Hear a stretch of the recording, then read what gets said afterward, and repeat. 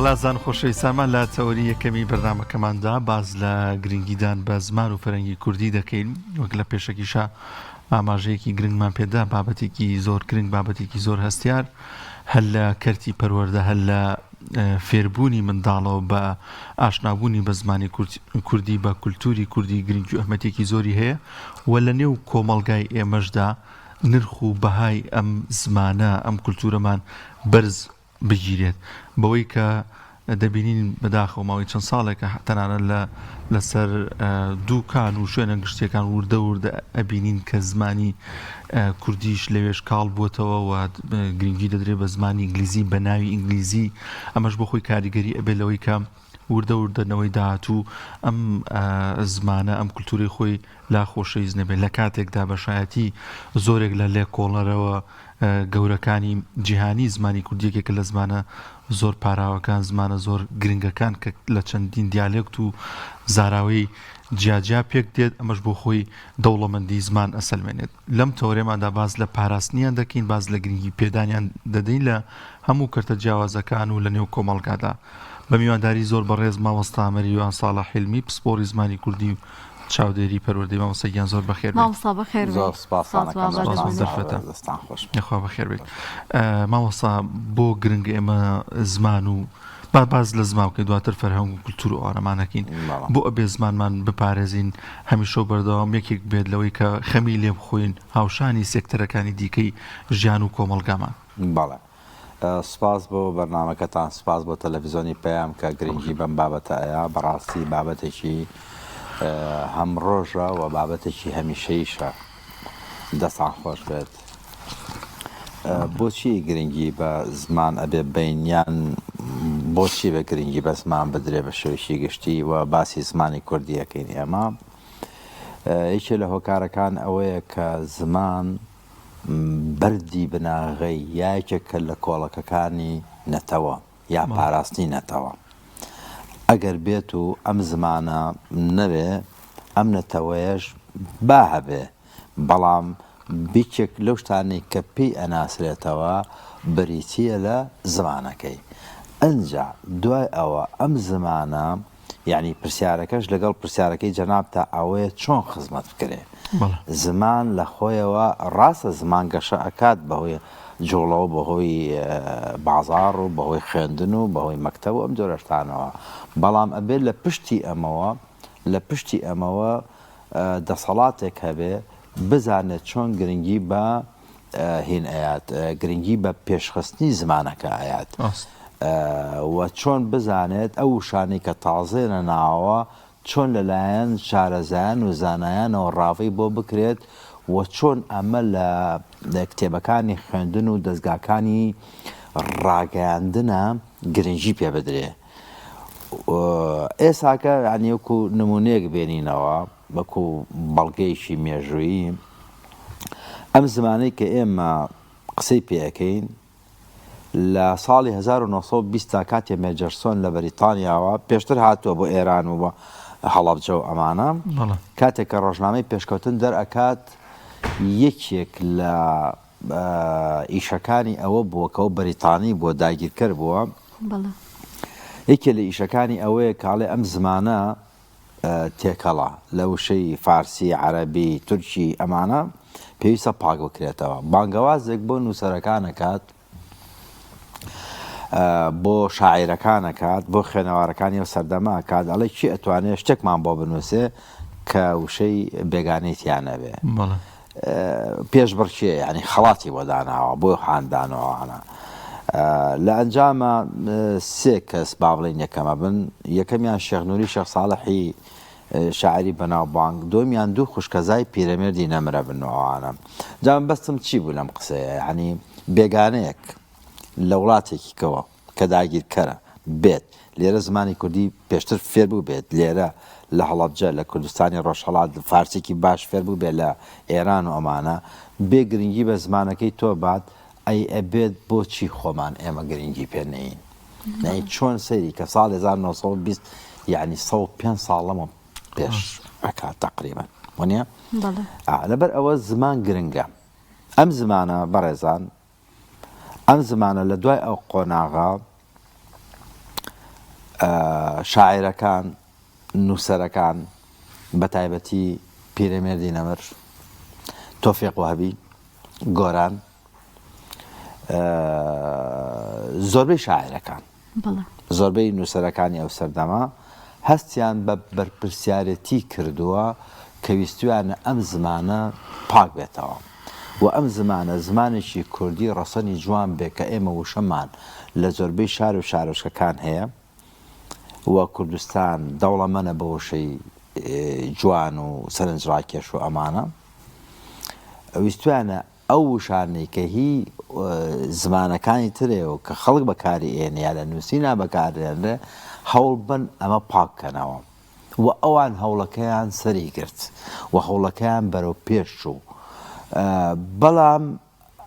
لە دوای ڕاپەڕینەوە بە تایبەتی لە دوای پیابوونی تۆڕە کۆمەڵاتەکان و ئەنتەرنێت و کەناڵەکانی سەتەلایت و ئەم جۆرەشتانە ئەمە بەرەو پاشەکشە چوو بەرەو پاشەکشە چوو ئەگەر پێتان خۆشە من درێژەوە قسەکانیان باسێکم من پرسیارێکم هەیە مامۆستا هەر زمانێک بۆ منە کە نامێنێت ئیتر ئەمە ها بۆکو مەترسیەک دانرێ بۆ گەلوونەتەوەی جا ئەمێ پرسیارە بکەم ئایا زمانی ئێمە دەوڵەمەنە فەرهەنگ و کللتوری ئێمە دەوڵەمەنە مەترسی لەناوچوونی هەیە بۆچی کەسانێک هێن ئەڵێن کە زمانی ئێمە دەوڵەمان نییە ئەمە نەزانیە ئەمە ئاشنانە بوونە بە فەرهەنگ و کللتورێک کە خۆمان هەمانە بەڵێ طبعا زمانی ئێمە زمانێکی دەوڵەمەنە کراوەتە سەر چی خراوەتە سەر چی خراوەتە سەر جۆری خزمەتکردنی فەوتاندنی زمانیان با بڵێن کەسبوونی زمان پەیوەندی بە چیەوە هەیە پەیوەندی بە چەند شتێکەوە هەیە یەکێ لەوانە مەسەلەن ئەو وشانەی کە لە ڕابردووە ئەو پیشێ بۆ نەگە پیشێک وەرگرین هەبووە ئێستا نەماوە وردە وردە وشەکەش بەکار نایەت و نامێنێت ئەوە یەکێکە لە حاڵەکان ئێستا نمونەیەکی ژێرمەوە لەسەرەوە یەکێکی کەش لە خاڵەکان کە سەرەکی ئەمانە هاتنی ئەو وشانەیە لە دەرەوە هەنێکی ئەگەر خۆمان نەمان بێت زۆر ئاساییە ئەی وشەیەکی جیهانیە خۆمان نیمانە لە هەموو عالەمە هەر ئەوە بەکارێت زۆر ئاساییە بەڵام وشەیە کە ئێمە خۆمان هەمان بێت شتێکە خەڵک بتوانێت بیزانێت بەکار بێت مەسەلەن بۆ ئێمە بین ئەم وشەیە بەڵێ بەکاربێنین ئێستا بە یەک دوو نمونە بێنینەوە یەکەمیان لەسەر ئەوەی کەوتمان هێن ئەوەی کەوتمان ئەو شەی کە بەکار نایە ئێستا یعنی ئەوانەی کە بەرەفۆتانە چن دومیشان لەسەر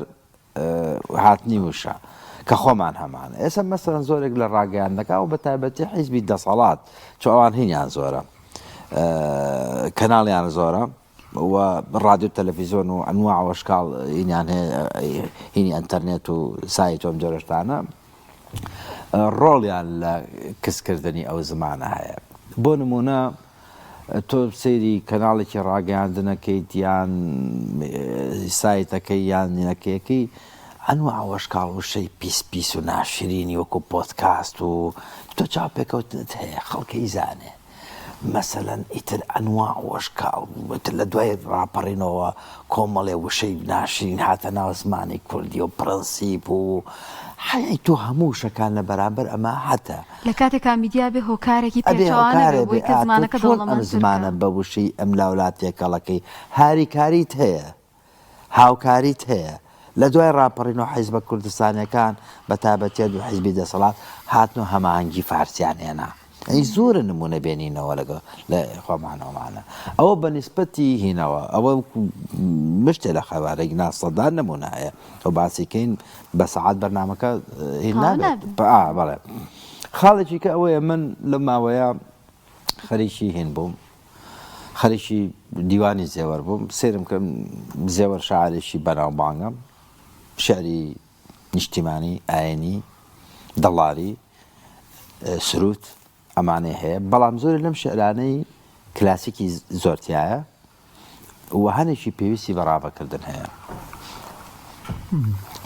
لە شعرێکە ئەم شاعرە باسی کابرایەکە کا لە ساڵی 1920 ئەو سەردەمە بیستەکان باسیە کات کە پیشەکەی پیشەی ئەوە بۆ چەخماقسازیان پێوتواتە ئەوانە ئیشی چەک چاکەن و چەک دروستەکەن و ئەوانە ژنە گەێنێ مەسەن لە خۆی مناڵترە و ئەمانە هاتۆ شعرێک بەو ئەوگیکە لە گرفتە کۆمەڵاتەکان ئەو باسیەکات من لە وشەکان ئەو شانەی بەکارێن ناوە تێنەگەیشتم هاتم چیم کرد چون بۆ گوزەری سەراجەکان لە سلەیمانی لێرە ڕۆشتم وتم چەخماقسازەکانوانی کە ئیشی چەکەکەن وتیان ئێستا لێرە نەماون لای بازای دۆلارەکە بۆ بەرەوە لای مزگەوتی خانەقای مەولانە خالیدی نەقەشبەندی لەوێەوە بڕۆ لەوێ ئیدۆزیتەوە ڕۆشتم برادرێکم بینی کەسێکم بینی ئەومانە پرسیارم لێ کرد وتم ئەم وشەیە یعنی چی هۆ بچم زانیاسە دیوانەکەم لەگەڵ خۆمایەنە وتی ئەو شێ ئێستا بەکار نایە کۆن بەکار هاتووە چونکە ئەم پیشێ بەرەو کزی ڕۆشتووە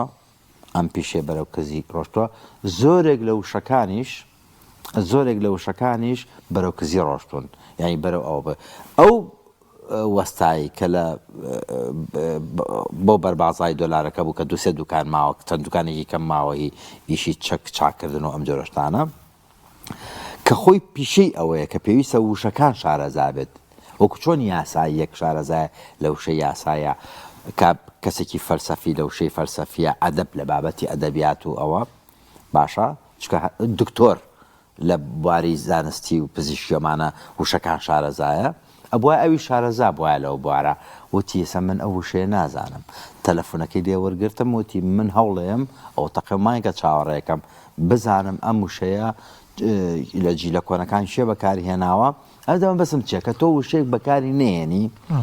ئەجا دوای ئەوە فەرهەنگێ نەبێت کە ئەمە هین کات چ لە ئەتەرنێت بێت چ لە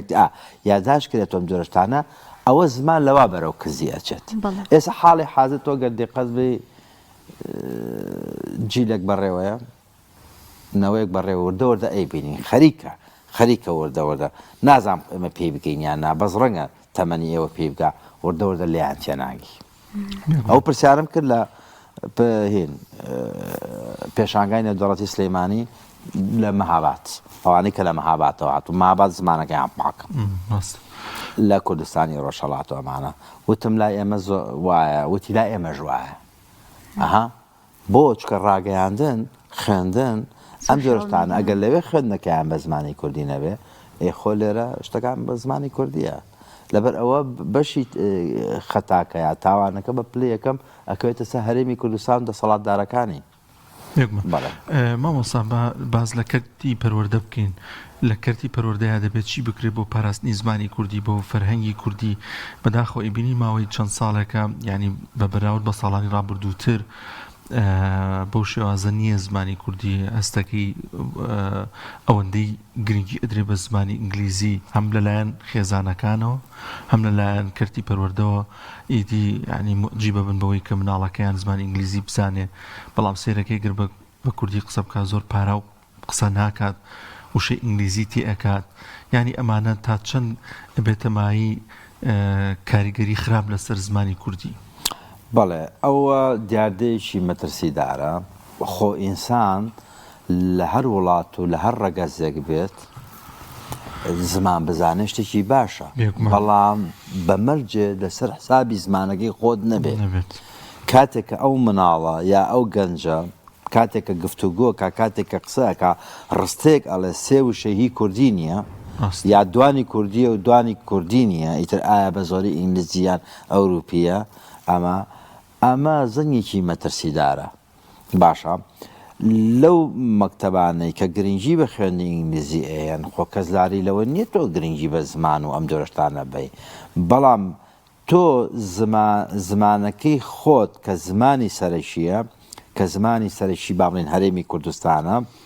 ئەگە باسی هەرێمی کوردستان بکەین تۆ لەمە پشتگوێی بخەی ئەم مناڵە گەورەترین با زمانێکی کە فێر بێ بەڵام گەورەترین لێدان وە گرنگترین زەربەی بەرەکەیە بۆ چونکە تۆ کاتێک کە زمانێکی کە زاڵ ئەەکەی بەسەر ئەم مناڵە ئەبێت تۆ بیزانی کوردیەکە مشکیلە نییە تۆ نەشی زانی بەڵام تۆ ئینگلیزیەکە وکو ئینگلیزی وکو نمونە بێنینەوە تۆ بیزانی بیرکردنەوەی ئەم مناڵە بۆ کللتور بۆ هەڵسوکەوت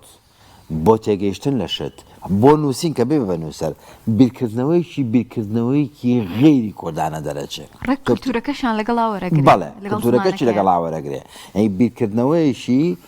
غێری کوردیان وەرەگرێ کە ئەمە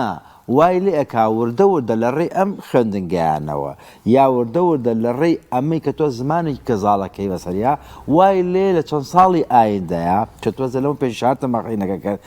لە چەند ساڵی ئایدا ئەگەر ئێمە ماین ئێوە ڕەنگە زیاتر ببین وای لێ تۆ زمانێکی تێکەڵ یەتە دەرەوە چکە بۆ ئەوانە جێگی کۆنەکان ئەگرنەوە گەورە ئەبن و ئەبن بەکار بەدەست و ئەبن بە فەرمان بەرەو مامۆساوم جۆرەشتانە وای لێ ئەم زمانە زمانێکی تێکەڵە یعنی کاتێک کە لە داهاتووە و ئێستا ناوئینا کە قسە لەگەڵ یەکە ئەکەن بە زمانێکی تێکەڵ ئەیکەن وای لێ بە تەواوەتی زمانە کوردیەکە ناڵێن بە تەواوەتی بڵێن سەی سەدە سڕێتەوە بەڵام وای لێکەی نایناسیتەوە ئەو زمانەی کە شاعیر و نووسەرەکان ڕەنجی فەرهادیان ناوە لە پێناویەکە تۆ پاک بێتەوە باشە چۆن تۆ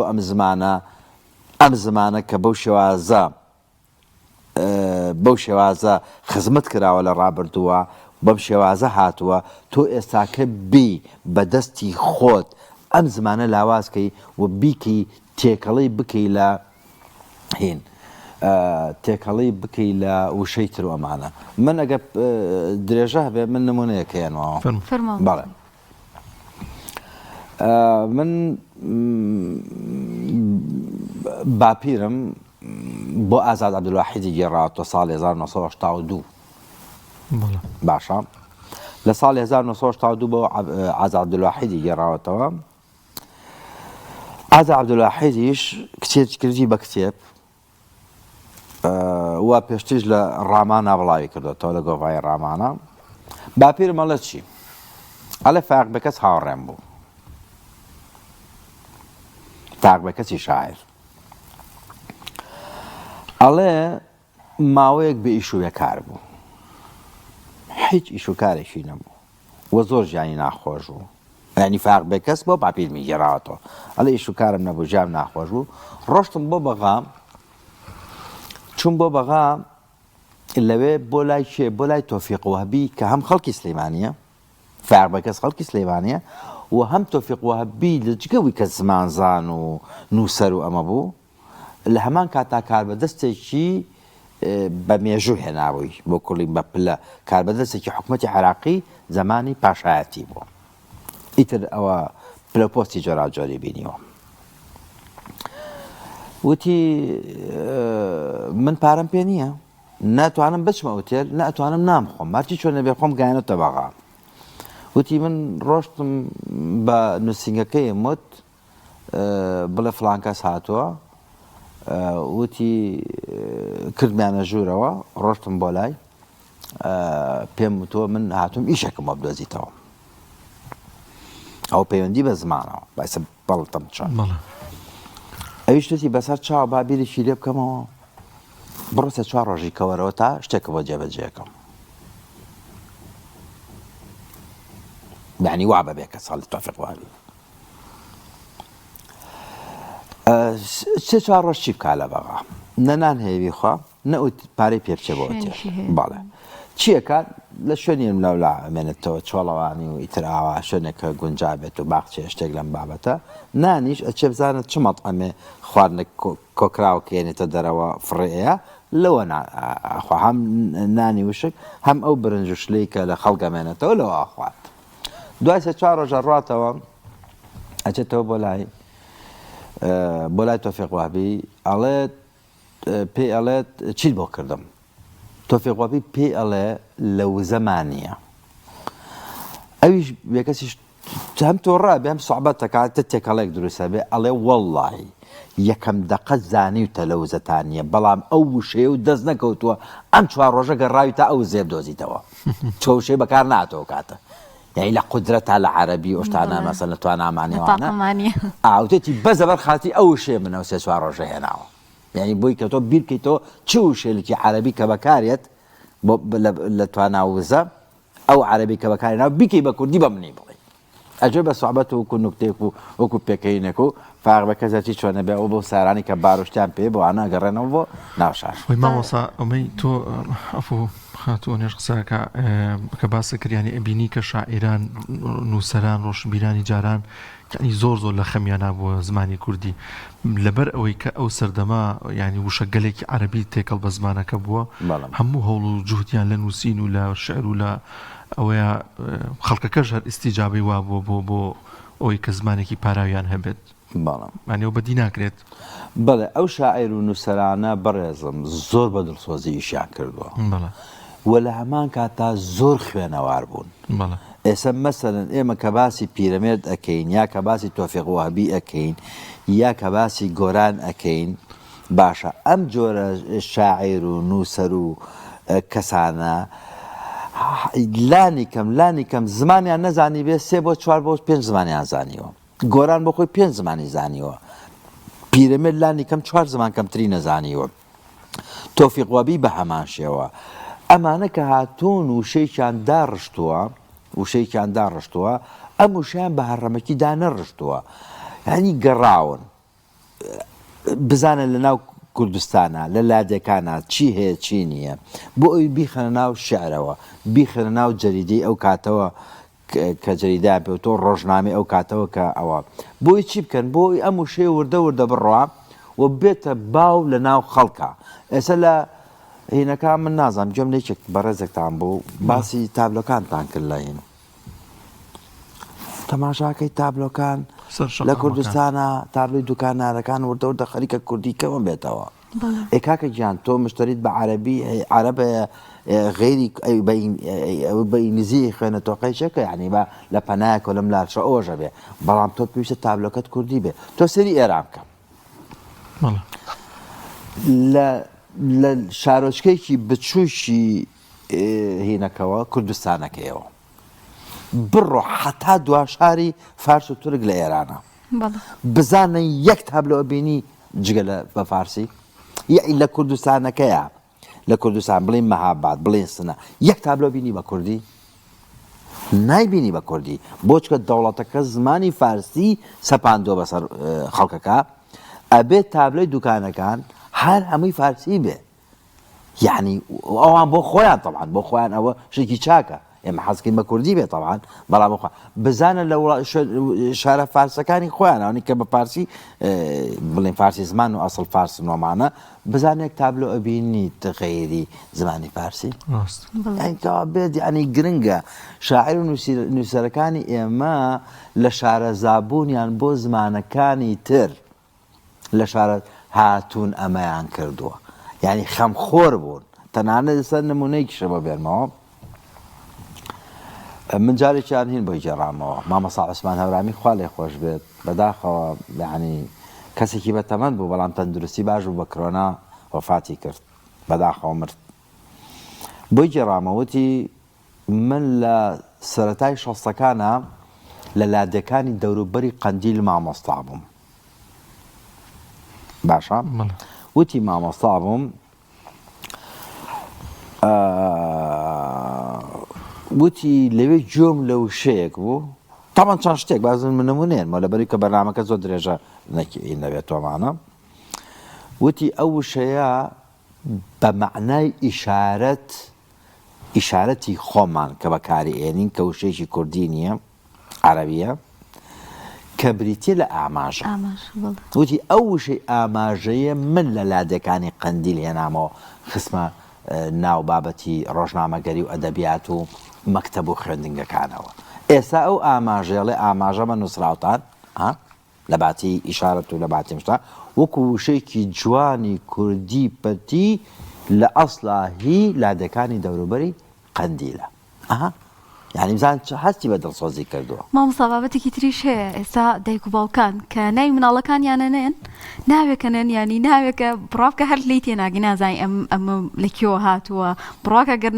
پرسیاری ماناکەشیان لێ بکەی لاچی خۆشیان زۆر دڵیانە بنەوەی کە چی مانایەکی هێناوەکە لە کاتێکە ئەم هەموو ناوە کوردی جوانە هەیە ڕاستە ئەوەی چێکە لە گرفتەکان یعنی بەڕاستی ئەو کەسانەی کە لە تۆماری هینەکەن لە دایک بوون لە خەسەخانەی مناڵان چ ئەهلەکان چ حکوومەکانەوەوانە پێویستە کەسانی پەسپۆر لە زمانی کوردی و کەسانی شارەزا لە زمانی کوردی ڕاستە خەڵک ئازادە مەسەڵەن چنایەکەنێ بەڵام باسی کاریگەریەکەی ئەبێت تۆ حسابی چی بکەیت ئەبێ حسابی ئەوە بکەیت ئەم مناڵە دوای 6 ساڵ 7 ساڵی کە ئەچێتە پۆلێکی خوێندنەوە باشە دواتر وردەوە دە چەند ساڵێ دە 15 ساڵێکە خوێنێ لە پۆلێکی خوێندنابێ ئەبێت تۆ ناوێکی شایستەی لێبنی ئەم مناڵە نەبێت تەگاڵتە جاری مناڵەکانی تر باشە ئەو مناڵە خۆی ناوی لە خۆی نەناوە باشە کێ ناوی ناوە دایک و باوکی ناوی ناوە کە سوکاری ناوی ناوە لەبەر ئەو ینی لە ڕێی ئەم بەرنامەی بەڕێستانەوە یعنی بە هەموو دایک و باوشێک ئەڵێم پێویستە تۆ ناوێکی کوردی گونجاو بنی لە مناڵەکەت کە شایستەی ئەوە بێ هەم خەڵک بانگی بکە و هەم تەریق نەبێتەوە بۆ وەکەی چییە؟ ئەوە جگە لە ڕووی زمانەوانی ئەوە جگەلەوە یەکێک لەوەی کە تۆ بتەوێت یەکێک بناسی یەکێ لە هۆکارەکان ئەوەیە کە تۆ یەکەم هەنگاو کە داخڵێبی لە ڕێی ناوەکەوەیەتی یعنی ئەو کەسە کە داخڵە بی لە ڕێی ناوەکەیەتی ناوی چییە؟ چم لە مەکتەب بێ چ بێت بۆ دەستگایکی ڕاگەاندن ئیشکا چ لە بازاڕە ئیشکا چ لە دایرێکە ئیشکا چ لە کەتی تایبەتە ئیشکا یەکەم شت یەکەم بەرکەوتن مەسەڵەی ناوەکەیەتی یعنی کاریگەری هەیە من بەشتێکی خراپی ئەزانم دایک و باوک ناوی هین بنێن ناوی با بڵێن غەیری کوردی بنێن لە مناڵەکانیان یەک نمونەشە بۆ بێنمەوە کەسێکە ناسم ژنەکەی بەریتانیە کوڕێکیان بوو ئەو خەڵکی سلێمانیە پیاوەکە یەکسەر ینی پرسیارەکەم چی بوو کوڕەکە ناو ناچی ینی زۆر بەلام و ئاسایی بوو لە بڵێ لە بەردایشی ناویی بەریتانیمانە ناوە وتی ناوم ناوە داریان وتی حسابیشم کردو ئەمە لە زمانی بەریتانی و لە زمانی تریشا بزانم ئەم ناوە بەرکەوتەی تری نییە بە مانای خراپ بەکار بێت ئەوە جگەرای خۆمان ئینی تری بەکار بێت ئەوانە وتی حسابم کردو ناوێکی گونجاوها بە بەرنامە ئەم ناوەی داناوە باشە و لەبەر خاتووی کە خۆی کووردە هاتۆ ناوێکی کوردی لە بەریتانیا لە مناڵەکەی ناوە من دەستخۆشیم لێ کردو زۆر سپاسم کرد وتم هیوادارم هەموو دایک و باوکێکەوە ماوەسەگیان دەست و چاو خۆش بێ کاتمان تاوا بوو حتمما زمانی کوردی زمانێکی دەوڵەمەندە ئەنی کات دەبووە باسی شێوەزارەکان و ئەو لق و پۆپەی کە لێ ئەبێتەوە باسمانە کرد شێوەزارەکان گرنگە زۆر گرنگە ئەگەر پێت خۆش ئاماژەیەکی پێ بکەم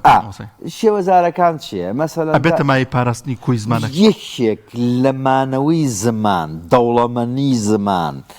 کە تۆ گرنگی بە زمان بەی بریتیە لەوەی تا شێوەزارە زۆر بێ یانی تۆ زمانەکە زمانێکی گونجاو دەوڵەمەندە باشە کەمتر مەترسی لە ناوچوونیشی هەیە ئێستا خۆ عەرەب ئەوە تا لوبنان جۆرە قسەکە بەغا جۆرە قسەکە میسڵ جۆرە قسەکە قورعانەکە پاراستۆنی یعنی زمانێکی یەکگرتویان هەیە وانە هەر شاریش مووسڵ ئەرز و ئاسمانی فەرقە لەگەڵ وەقایە زمانەکانەوە لەبەرەوە